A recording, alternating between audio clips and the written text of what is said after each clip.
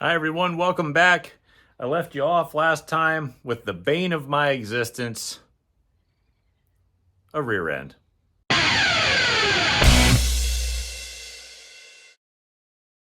If you're new to the channel or a returning viewer or subscriber, thank you so much for hanging in there with me.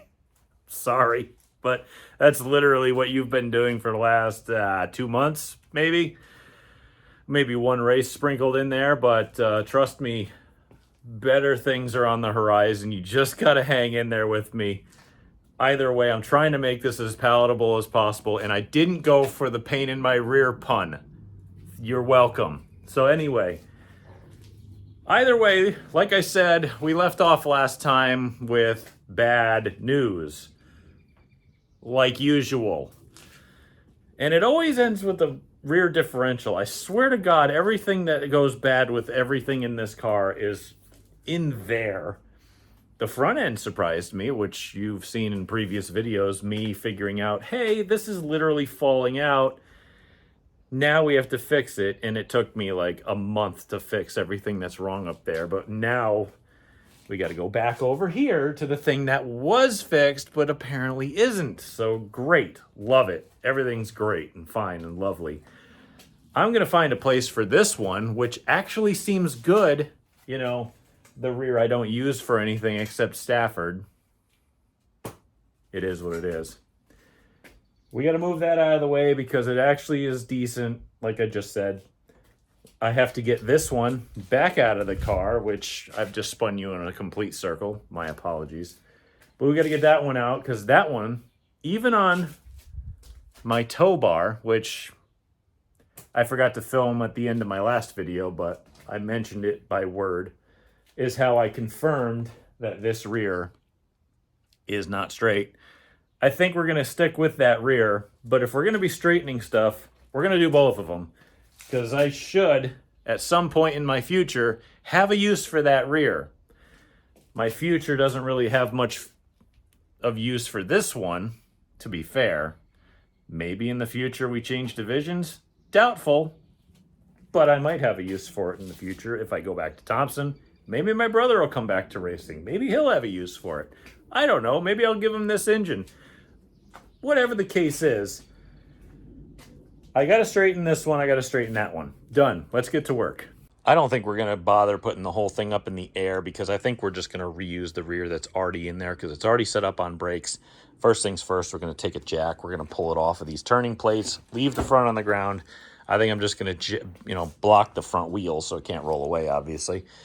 Jack the rear up high enough that I can get under there, pull the rear out. We'll just bend up all these rears at once because some places like Stafford, we run these stock rears. Thompson, you're allowed to run them, but there's a much bigger track. The Ford 9 inches are much more beefy, and it gives you a lot more peace of mind having a dedicated hub so that if you... To be fair, we ran these stock axles forever, and only a handful of years ago, we were allowed to run a Ford 9-inch, which I have a bolt-in axle 9-inch over there, which is legal at Stafford. They don't allow the floating rears unless you want to run a limited late model, but to be fair, that's pretty much what this division is at Thompson anyway, because we run these floating 9 inches, and we can run outboard shocks. We can run forward jacking bolts if we wanted to. And we could run late model bodies, but don't get me onto that one. Anyway, Stafford is where I'm going to be going. That's why I'm kind of trying to stockpile these types of rears. I will have a use for this rear. If I go to Stafford, well, when I go to Stafford, this is going to get rebuilt with a 456 because I don't feel like playing with transmissions. I just throw it in high gear and send it. Have a good day. That rear is also going to get built up. I'm going to put solid... not solid, but I'm going to put sealed bearings on it, and I'm going to take I have a 456 chuck over here.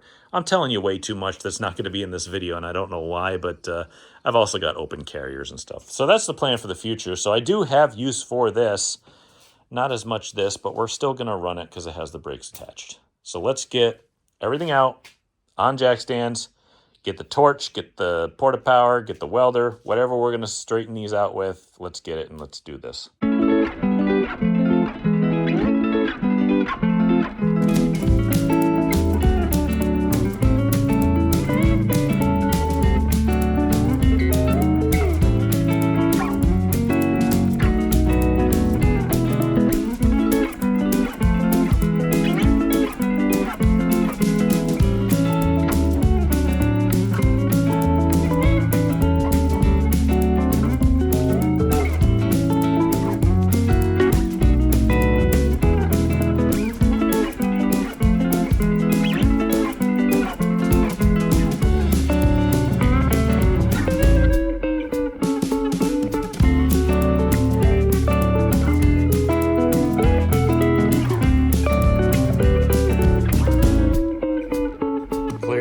it out. I'm just trying to look down the line just to see if I can see any visible difference in the way that it's sitting, but nope. My eyes are not that great anyway. So I'm going to look for any sort of leaks in it, check my welds from the last time I had that thing off, and probably grab a torch and a port of power and, well, see if I can't get her at least back straight again. I'm going to try to get these rears out of the way so that I can bolt tires to it and use my trammel bar type thingy here so that I can measure the toe while it sits static outside the car. That way, when I know it's straight, we can go right back in and hopefully, fingers crossed, it actually works this time.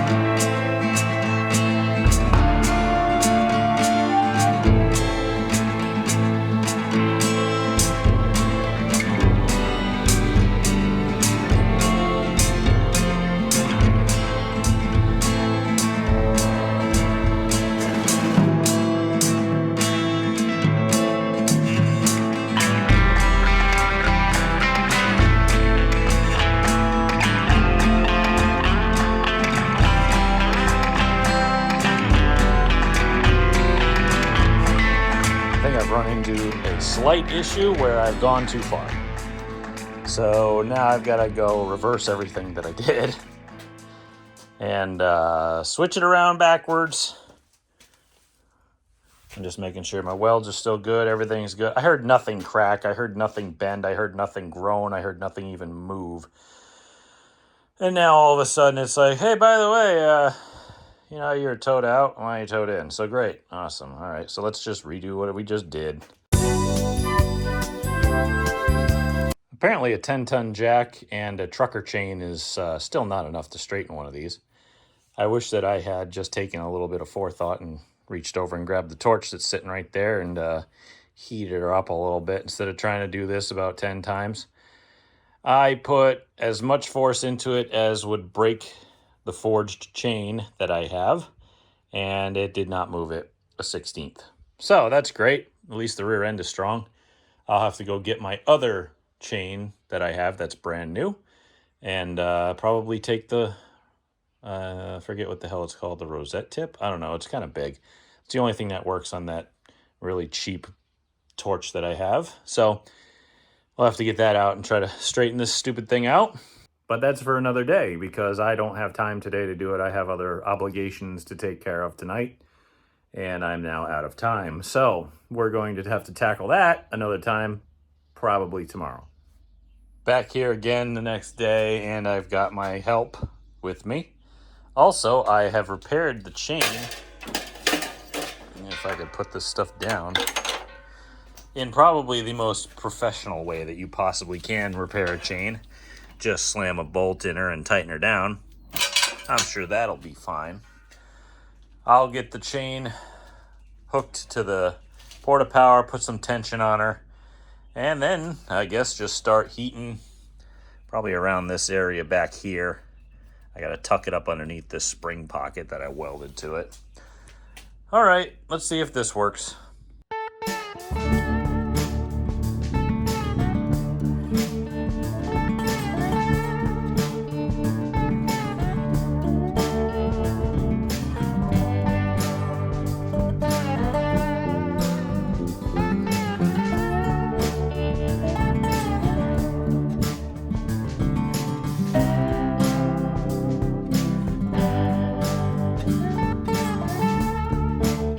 Okay, it's been hours.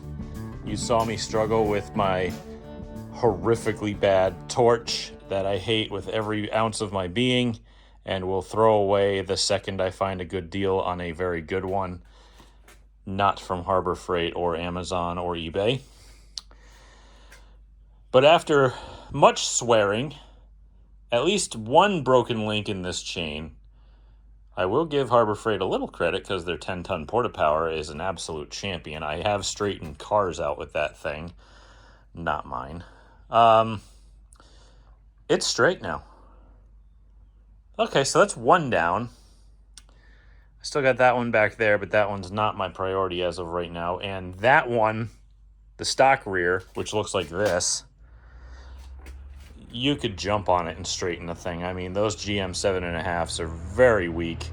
These are not.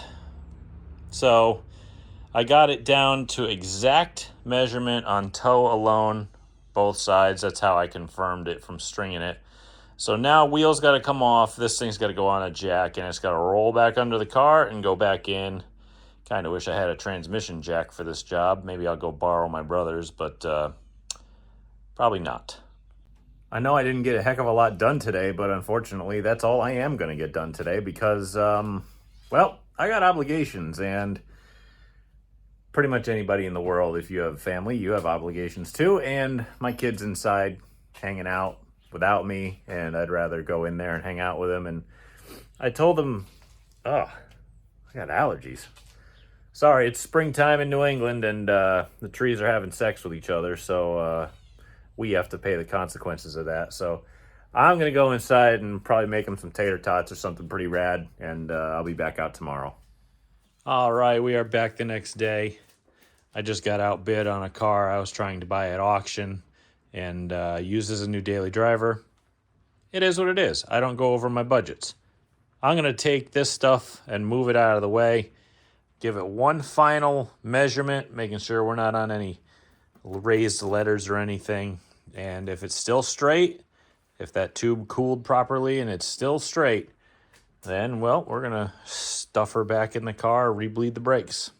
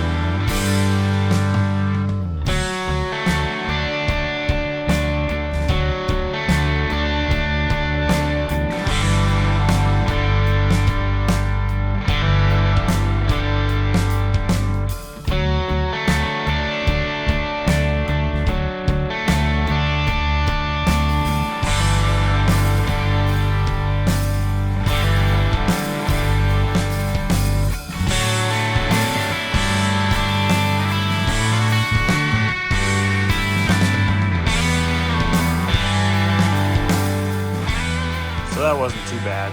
Last time I tried to put that thing in, it was a real pain.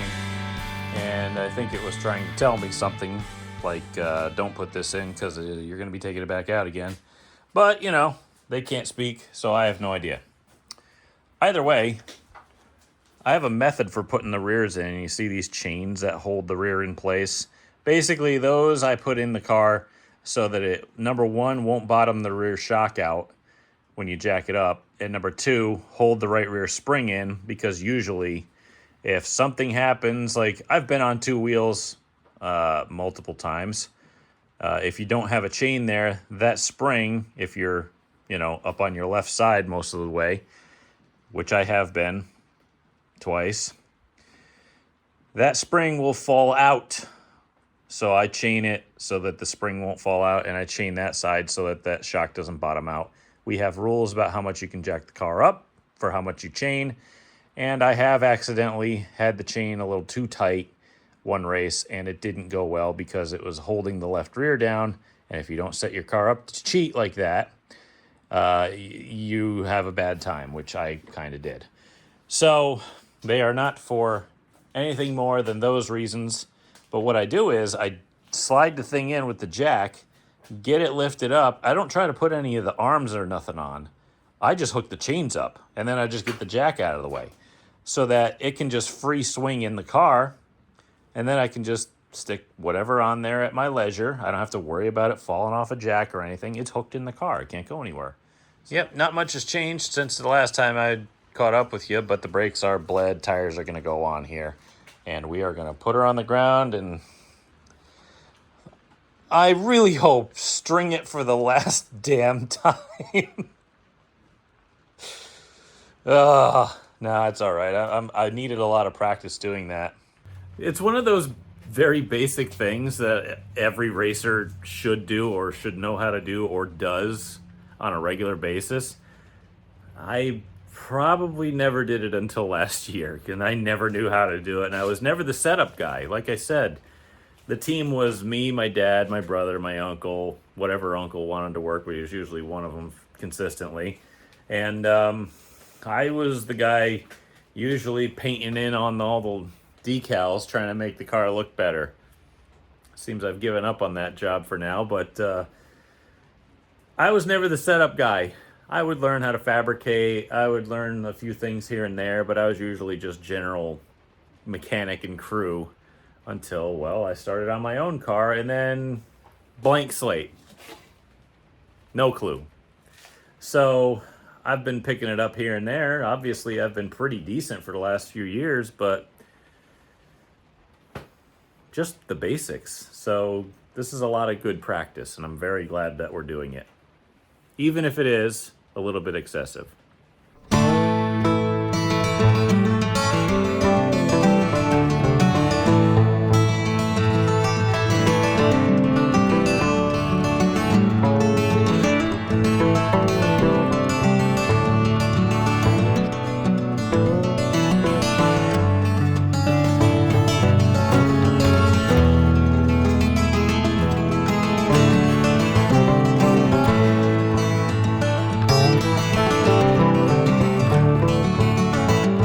Came out pretty much exactly as I had it before, which is good. So I didn't really have to adjust on the fronts too much. I just kind of touched it a little bit here and there just to make sure it was perfect, but I didn't really do a heck of a lot. It really was not off from the last time we had it strung. I just wanted to finalize it. In the back here, I had to, I couldn't put a bolt through one of the lowers because of how off it was, so I kind of touched it up with a rasp or whatever you call those things, just so that I could get the bolt through. So in order for that to not wallow around, I'll probably end up welding a washer on it so that the hole doesn't move and we can maintain the alignment properly, so it's not like the front won't be flopping around and making all sorts of whatever it wants to do around here. We're going to do that, finalize the alignment, and then we are going to make a couple changes. We're going to make some changes to the front. We're going to finish that up. I got to put water back in it. Got my carburetor back, so thanks, Joe. I appreciate that. He found a bunch of stuff wrong with it that I have no idea because I'm not a carburetor guy. So got that back. So old Reliable's back on there. I still haven't run this car since I changed the oil or the last race. So I think we might have to fire this thing up next time we... well, let's see. I'll have to check the time, but I doubt we'll want to do that because I want to be a good neighbor. So I'll get her off the turn plates, probably stuff her on all four jack stands because I need to get underneath it, and we'll get to work.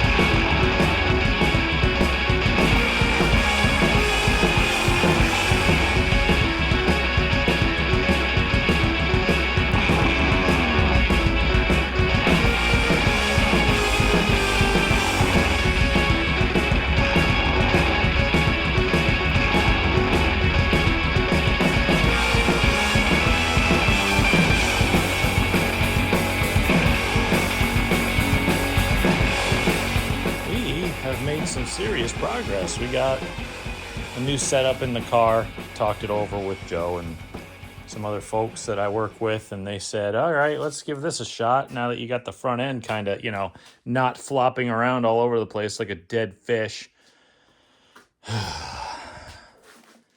Got that one washer fixed up so that the bolt will actually slide through.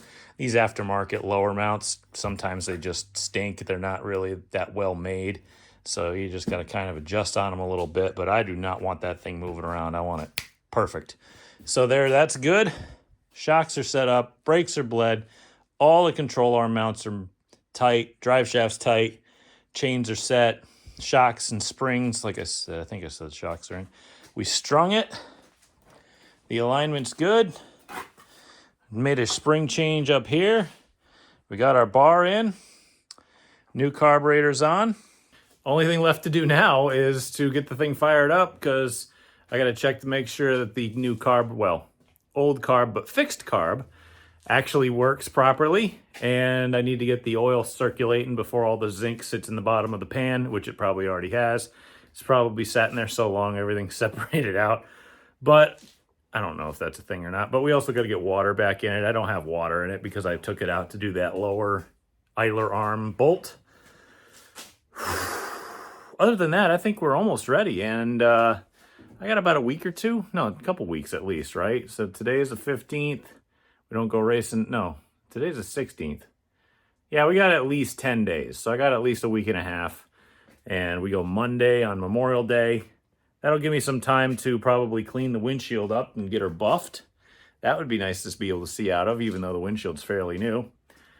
Get that cleaned up, clean the rest of the car up, do some body work. Maybe I'll make that a video because I need something after this. But it's also got to go on scales. We also have to finalize the setup. I got to do caster camber toe, weight placement, whatever we're going to do for cross weight and everything else pretty much. So we'll get her fired up tomorrow, and that's when I'll see you next. Well, it's the next day. Yep, that's definitely the right one. We'll just try not to dump that down the carburetor, but we got to put water in this thing because I think the last thing left is to make sure this thing runs, and I haven't run the thing with the new carburetor, number one. And number two, I haven't run it since I changed the oil. So we'll attempt to not pour this all over the place, which will not end well anyway, but this will take me the rest of my life, so might as well talk to you about oil. I probably have in the past. But right now, this motor is a little bit loose, and she likes a little thicker oil, and I couldn't find the weight that I wanted in synthetic, so I had to go back to conventional, which isn't a bad thing half the time, but what you want is whatever works for you, to be fair.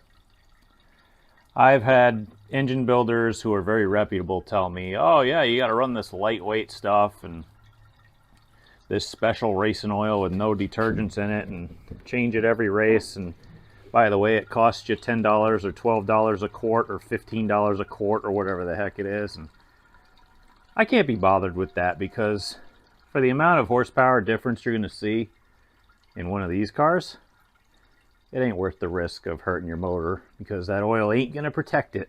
It's only going to help you go fast. And that's even questionable. But even a lightweight oil, oh, it might, keep a lot of drag off your oil system and make your engine faster. Maybe. Oh, but I saw a couple numbers on the dyno. Maybe. Because I've seen a lot of old guys who dyno their stuff with thicker oil, but just not as much of it. See, if you're running down the straightaway and you see your oil pressure gauge drop a little bit, that's because you got too much oil in it and you're aerating it. What you want is just enough so that it doesn't do that. That way, you're actually getting proper oil pressure. Your valves are all opening at the right amount. That's all over the place now. And the engine's running as it should. And what I put in this one is 2050 VR1. And I think we're going to fire it up because the lighter oil, yeah, you might take drag off of it, but you might also be hurting ring seal. And ring seal matters, especially in a motor that's a little bit used, like everything that I own. So let's get her fired up and let's get this water circulated through, and then we can be done for the day. Well, I cranked her over until the starter was smoking and the oil pressure never came up. So that's great. I did get fuel, so let's go and throw that ignition switch on and watch the engine melt to the ground. There we go.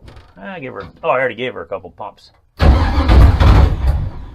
Cough, cough. Hope for the best.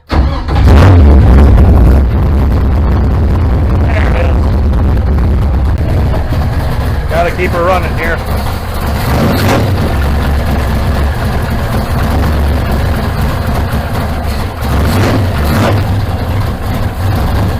I think she needs some idle, but I can't leave it alone or else it'll die.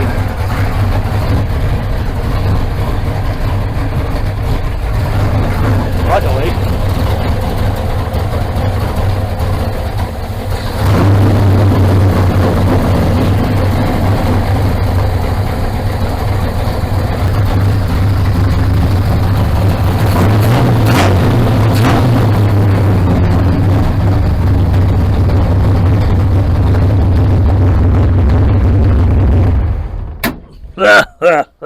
God almighty. That's good enough. I think the water circulated now. I got the old Air Mover 9000 going to try to clear this place of all the exhaust and CO2 that has probably ruined my brain over the years. Of course, I'm standing right in the middle of it so I don't die while I talk about the car. Either way, this carburetor obviously just got fixed. I don't think it's set properly for this kind of engine. It's more for my crate motor, which is where it's going to end up again someday very soon. I just wanted to try this out, and I figure it's probably going to run a little rich, probably not going to idle because of the cam profile. It is what it is. I got a right foot, I can keep it running. The crate motor is what I need that for. We'll leave it and just kind of live with it. I mean, at open, at wide open throttle, as long as the thing works, I don't care. She's got water in it. It's got a little bit more oil pressure than it did before, but what I'm really looking for is a little bit more oil pressure when hot. Because this motor, I don't know what the reason is, but as long as I've run the thing, it's always had crappy oil pressure, but she keeps on running, so I don't really care as long as it keeps going. We're just trying to get the thing ready, that's all. Next week is the last week to get this car ready, and I think we're going to focus on body work and setup to get this thing back and going. I got to get the truck ready too, because there's a bunch of stuff I forgot to do for that thing. That thing needs to be power washed real bad. It's just growing. I think it's actually growing things on it. It's that bad. But there's also a bunch of junk in the bed of my truck that I got to get rid of, so I'll probably do that off camera sometime. But either way, now that it's running, now that the car has all the gears put in it, the springs put in it, the shocks put in it, water and oil, she runs. Needs a little body work. We'll probably tackle that in the next video. Maybe I'll put a short one out to you guys before we go racing, because we go racing on a Monday. And this is apparently some kind of a race that my home track, Thompson Speedway, used to do back in the day that I don't remember them doing, because this must have been way back in the day. But we're doing a Memorial Day Monday event. It's May 27th, I think. And which is good for me. I usually have Mondays off anyway, but it's also good because I think everybody has Monday off. Because who doesn't have Memorial Day off? I mean, there are people who do, obviously. There's some people who work holidays, but most people have the day off. And if you're one of them, come on out to the track and see some racing on Memorial Day. But we just got very little to do. Now we're at the stage where we put setup in it and hope for the best, which is pretty much where my racing career started, was hoping for the best. Either way, thank you all so much for watching. I greatly appreciate it. Please subscribe if you haven't already, because this isn't for me. Subscribing isn't for me. It's for the channel, and I want to try to I'm trying to do what I can to give back to short track racing, because it's something that I love and something that I care about, and it's one of the last things I actually care about. And I want people to be involved, I want people to enjoy it, and I want people to know that they can do it even with very, very limited help, which is kind of what I got. And, it does cost a lot, and it does take a lot of time, but, I mean, I think it's worth it. So if you have friends or somebody you think may be interested in this sort of thing, send them my way. Or maybe yourself, or maybe somebody else. But again, I'm trying to at least get to 1,000 subscribers so that I can get monetized, and maybe Google someday will send me about 50 cents in ad revenue. I don't know. It'd be nice. But thank you all again. I greatly appreciate it. And until next time, when maybe we're going racing.